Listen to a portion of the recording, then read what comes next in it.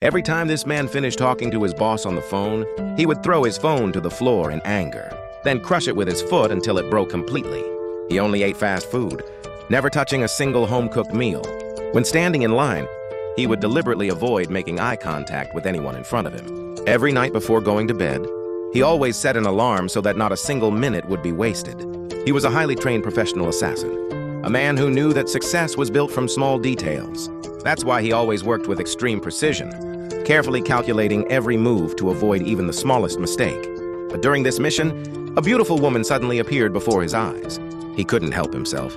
He kept looking at her over and over again. His heartbeat began to race. Mike knew that in moments like this, his shooting accuracy could drop, so he took a deep breath to calm himself. Once his pulse returned to normal, he aimed and pulled the trigger. But suddenly, the woman moved, stepping right into the bullet's path. Mike tried to fire again, but the bodyguards nearby were just as trained as he was. The moment they sensed danger, they immediately pulled the curtain shut. Mike knew right away that the mission had failed. Without wasting a single second, he began his escape. His movements were fast but calm. Everything looked perfectly planned.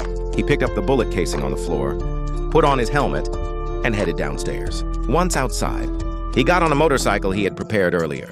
Police cars arrived near the building soon after, but Mike had already slipped away.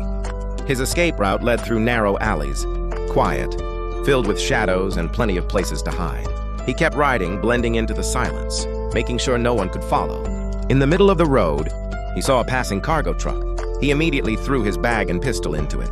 A moment later, he abandoned the motorcycle and tossed his helmet into the river.